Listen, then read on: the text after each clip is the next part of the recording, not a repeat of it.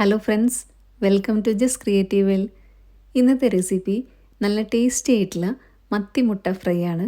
ചില സ്ഥലത്ത് ഇതിനെ പരിഞ്ഞിൽ എന്നും പറയും. ചൂട് ചോറിൻ്റെയൊക്കെ ഒപ്പം നല്ല കോമ്പിനേഷനാണിത്. അപ്പോൾ നമ്മൾക്ക് നോക്കാം ഇതെങ്ങനെയാണ് ഉണ്ടാക്കുന്നതെന്നുള്ളത്.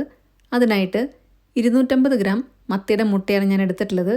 അതിനകത്തേക്ക് 1 ടീസ്പൂൺ മുളക് പൊടിയും 1/2 ടീസ്പൂൺ മഞ്ഞൾപ്പൊടിയും 1/2 ടീസ്പൂൺ കുരുമുളകും ആവശ്യത്തിന് ഉപ്പും ചേർത്ത് ഒന്ന് മാരിനേറ്റ് ചെയ്യാൻ വെച്ചിട്ടുണ്ടായിരുന്നു. പിന്നെ ഇതിനകത്തോട്ട് വേണ്ടത് സവോള ഒരെണ്ണം, അത് നല്ലപോലെ പൊടിയായിട്ട് തന്നെ അരിയുക.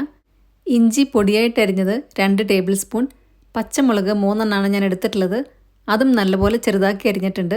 പിന്നെ കുറച്ച് കറിവേപ്പിലയും കൂടെ വേണം. ഇനി ആദ്യമേ തന്നെ ഒരു പാൻ അടുപ്പത്ത് വെച്ച് കുറച്ച് വെളിച്ചെണ്ണ ഒഴിച്ചു കൊടുക്കുക. ഇങ്ങനത്തെ റെസിപ്പിയൊക്കെ ഉണ്ടാക്കുമ്പം എപ്പോഴും നമ്മൾ വെളിച്ചെണ്ണയിൽ ഉണ്ടാക്കുന്നതാണ് കൂടുതൽ ടേസ്റ്റ് ഉണ്ടായിരിക്കുക. അതിനുശേഷം നമ്മൾ നേരത്തെ മാരിനേറ്റ് ചെയ്യാൻ വെച്ച മത്തിയുടെ മുട്ടയാണ് ഇട്ട് കൊടുക്കുന്നത്.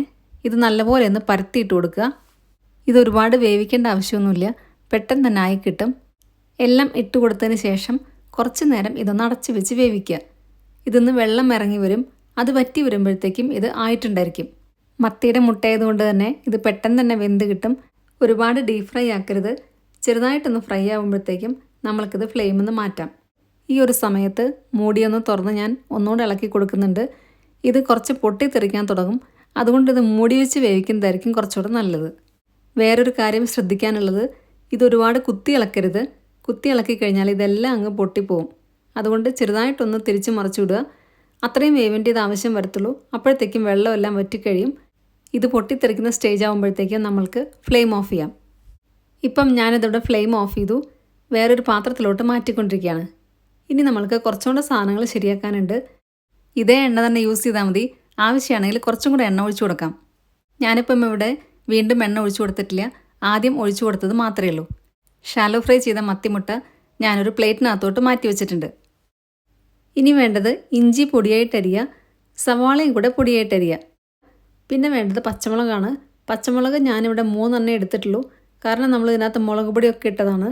അതുകൊണ്ട് പച്ചമുളക് അവരവരുടെ എരിവിനനുസരിച്ചിട്ട് നിങ്ങൾക്ക് ചേർക്കാം. അതും കൂടെ പൊടിയായിട്ടരിയുക. ഇഞ്ചി അരിഞ്ഞത് ഏകദേശം 2 ടേബിൾ സ്പൂണാണ് ഉള്ളത്. ഇനി ഇതെല്ലാം കൂടെ കുറച്ച് നേരം ഒന്ന് നന്നായിട്ടൊന്ന് വഴറ്റുക. കുറച്ചൊന്ന് വഴന്നതിന് ശേഷം ഒരു സവാള പൊടിയായിട്ട് അരിഞ്ഞതും കുറച്ച് കറിവേപ്പിലയും കൂടി ഇട്ട് കൊടുക്കുന്നുണ്ട്. അതും കൂടി ഇട്ട് ഒന്നും കൂടെ ഒന്ന് വഴറ്റിയെടുക്കുക. ഇത് പെട്ടെന്ന് തന്നെ വഴന്ന് കിട്ടാനായിട്ട് കുറച്ച് ഉപ്പും കൂടി ഇട്ട് കൊടുക്കുന്നുണ്ട്. ഇപ്പം എല്ലാം നല്ലപോലെ വഴന്ന് വന്നിട്ടുണ്ട്. ഇനി നമ്മൾക്ക് ഇതിനകത്തോട്ട് 2 പൊടികളും കൂടെ ചേർക്കാനുണ്ട്. ഒരുപാട് പൊടികളൊന്നും ഇതിനകത്ത് ആവശ്യമില്ല. 1/2 ടീസ്പൂൺ ഗരം മസാല പൗഡറും 1/2 ടീസ്പൂൺ പെപ്പർ പൗഡറുമാണ് വേണ്ടത്. എല്ലാം കൂടെ നല്ലപോലെ മിക്സാക്കിയതിന് ശേഷം കുറച്ച് നേരം കൂടെ ഒന്ന് വഴറ്റുക. ഈ സമയത്ത് ഉപ്പെല്ലാം നോക്കാം. നേരത്തെ ഇത് വഴന്ന് വരാൻ വേണ്ടിയിട്ട് കുറച്ച് ഉപ്പിട്ട് കൊടുത്തിട്ടുണ്ടായിരുന്നു. ഇപ്പം നമ്മളുടെ സവാളയെല്ലാം നല്ലപോലെ വഴന്ന് വന്നിട്ടുണ്ട്. ഇത്രയും വഴന്ന് വന്നാൽ മതി. ഇനി നമ്മൾക്ക് നേരത്തെ മാറ്റി വെച്ച മീൻ മുട്ടയും കൂടി ഇട്ട് കൊടുക്കാം. എന്നിട്ടിത് പൊടിഞ്ഞു പോകാത്ത രീതിയിൽ എല്ലാം കൂടെ ഒന്ന് മിക്സാക്കി എടുക്കാം. ഇത്രയേ ഉള്ളൂ, നമ്മളുടെ ടേസ്റ്റി ആയിട്ടുള്ള മീൻ മുട്ട ഇവിടെ റെഡിയായി കഴിഞ്ഞു. ഇത് ചൂട് ചോറിൻ്റെയൊക്കെ ഒപ്പം നല്ല കോമ്പിനേഷനാണ്. എല്ലാവർക്കും ഇഷ്ടപ്പെടുകയും ചെയ്യും. അതുപോലെ കുട്ടികൾക്കൊക്കെ കൊടുക്കാനായിട്ട് നല്ല ഹെൽത്തി ആയിട്ടുള്ളൊരു റെസിപ്പിയും കൂടിയാണ്. മീൻ മുട്ട വാങ്ങിക്കുമ്പോൾ നെക്സ്റ്റ് ടൈം ഇതേപോലെ ചെയ്ത് നോക്കുക. ഇതൊരു സിമ്പിൾ റെസിപ്പിയാണ്, അതേസമയം നല്ല ടേസ്റ്റി ആയിട്ടുള്ളൊരു റെസിപ്പിയും കൂടിയാണ്.